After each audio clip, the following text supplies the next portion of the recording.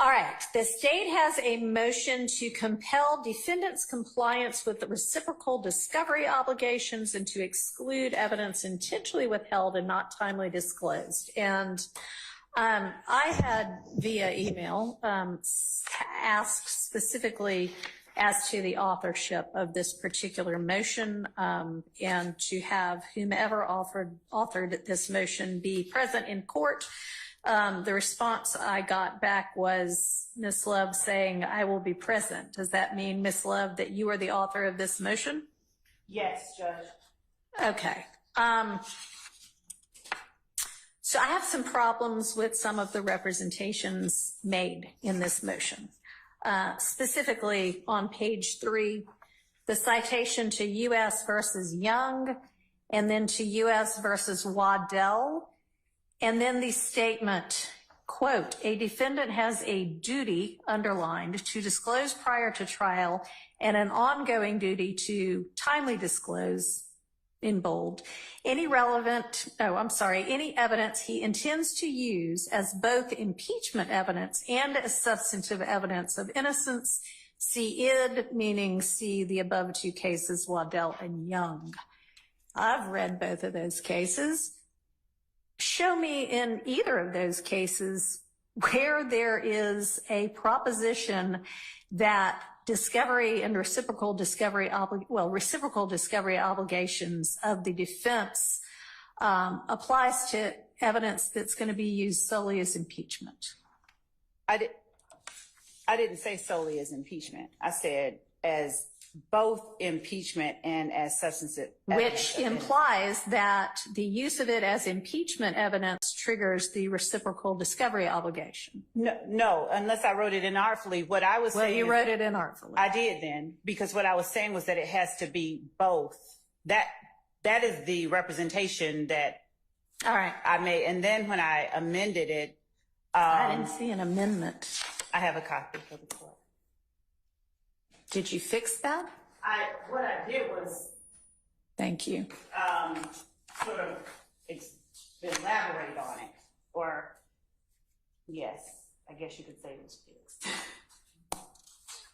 So you concede then that if evidence is going to be used solely as impeachment evidence, that there's no triggering of a reciprocal discovery obligation? Yes, that's okay. Yes, I was not saying that. Oh, I was saying. Good to know. My apologies to the court for that inartful wording. Okay. And what I said in the amendment, Your Honor, was. Did you email the amendment to my chambers? I did. Okay. Yesterday. Yesterday. Okay. Yes, well, that may be why I hadn't seen it, although I've been looking at y'all's stuff nonstop.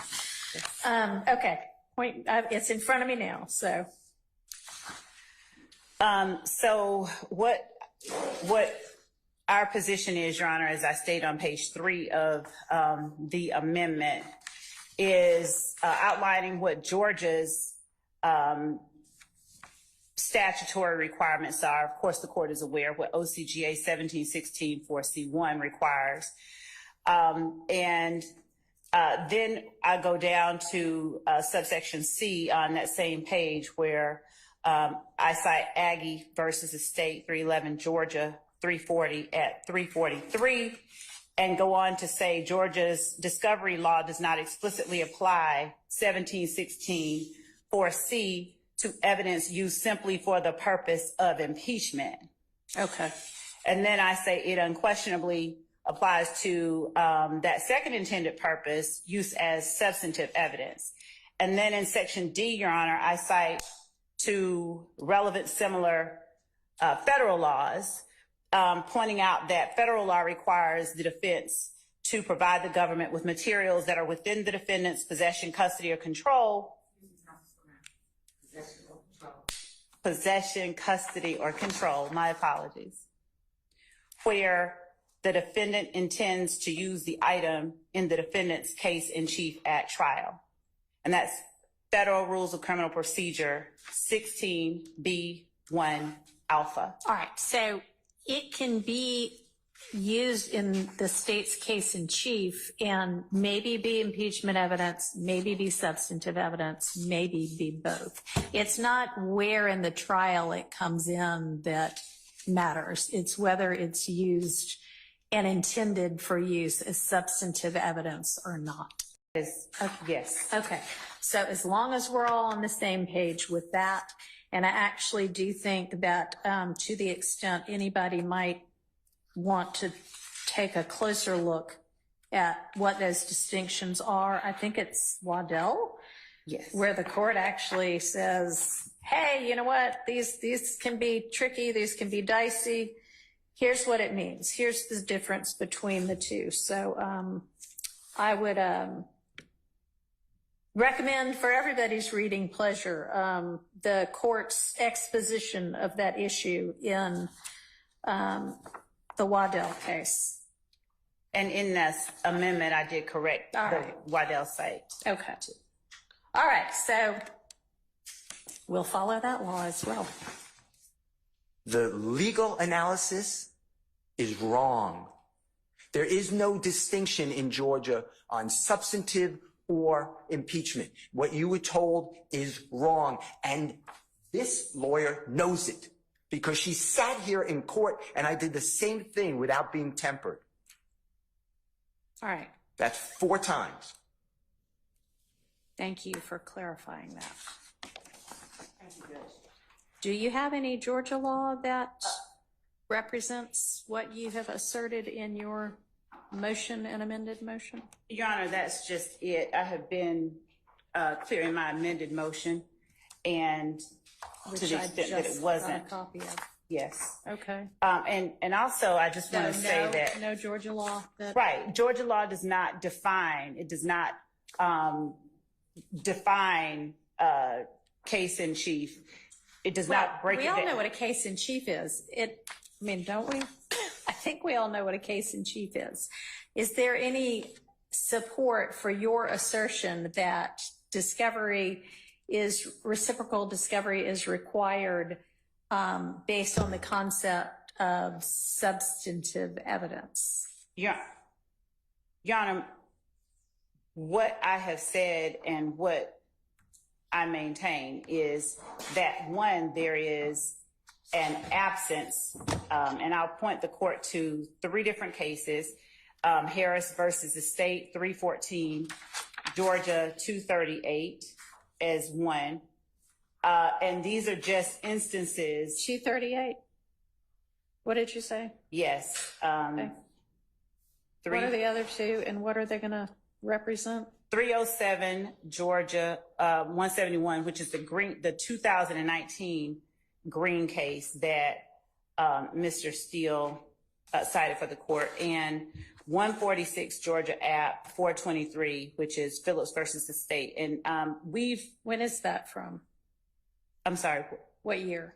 Just 1 second, Your Honor. That's a 78 case. Okay, so that one's not relevant at all. Old case. Because we have a new evidence code since 78. So, okay. And Your Honor, even with respect to the older case, the only thing that I was citing Phillips for was the proposition that in the absence of specific legislative or decisional case law on the particular issue that is at hand in Phillips, we commend the Federal Rules of Criminal Procedure, Rule 16, for guidance. Well, we've got a specific rule here now, don't we? Well, when you say we have a specific rule, is the court speaking of the discovery statute that says... That's what we're talking about in this motion, right? Right, yes, Your Honor. We are talking about that, and the state's position, the state maintained. First of all, let me be real clear. We didn't file a brief. This is the first brief that we have filed where we've asserted these things. We have asked that the court require Mr. Steele to turn this stuff over, but we've never argued it out. Mr. Steele has stood up and said he's not required to, and he has pointed to the discovery statute. The court has said, okay, yeah, he doesn't. And we put that in our motion to the court, that the court has previously made a ruling that we thought deserved a second look at.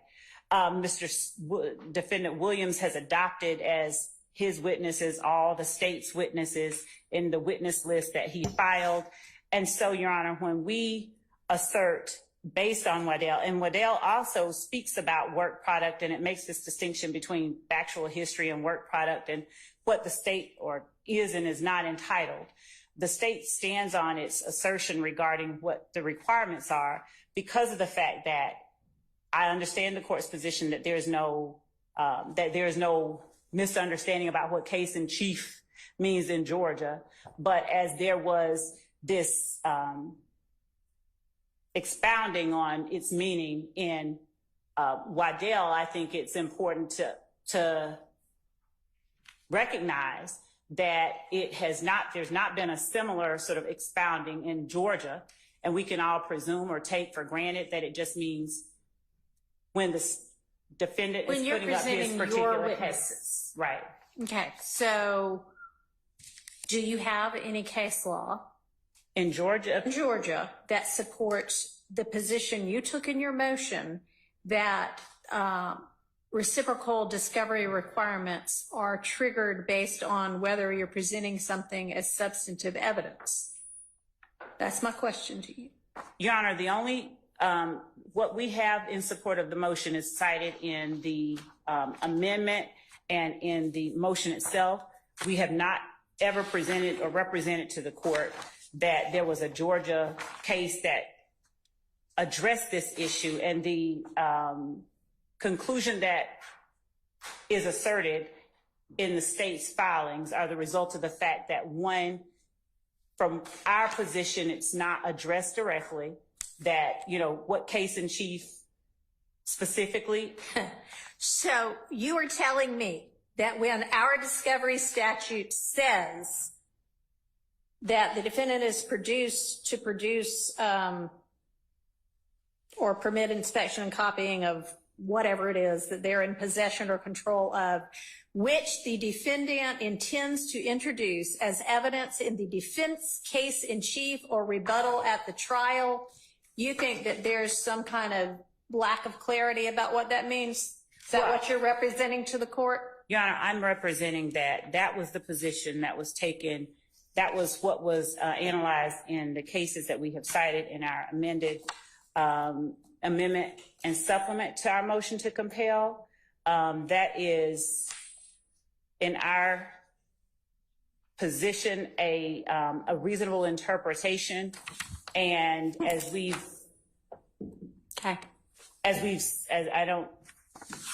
said in our filing, Your Honor, there was the requirement in Waddell that anything that was within the defendant's possession, custody, or control, where the defendant intended to use the item in the defendant's case in chief, that be turned over. The Waddell court, Your Honor, in analyzing the meaning and understanding of case in chief, as the court correctly pointed out earlier, said that if it is going to be used as both impeachment and substantive evidence, that constitutes case in chief. From there, we made the assertion, the state's position, that if the defense intends, because there's nothing in Georgia law that analyzes it at this level, if the defense intends to introduce evidence as both impeachment and substantive evidence, then they have a duty to disclose it. And that is the origin of the state. That is the basis for our position. And have you heard Mr. Steele argue 2 or 3 times before that that's not at all what Georgia law means? We've not made this argument before. So I don't mean in writing. Y'all have not had any discussion whatsoever in front of Judge Glanville about. As I have said in my motion, Your Honor, what we have argued, the state has said, Your Honor, they have a duty to disclose this. This is stuff that we are entitled. And Mr. Steele has said no, in citing the Georgia statute. He said we do not. I have never asserted, I've never made this distinction. I've never said that case in chief means if it's being presented as impeachment as substantive evidence. I've never made that argument in a written or oral filing. Okay. All right. Well, I would like for you to take your duty of candor to the court with a little bit more seriousness in the future, Ms. Love. Respectfully, I take it very seriously. Okay, so anyway, we'll be abiding by the discovery requirements set forth in our statutes. And Mr. Steele, thank you for the clarification.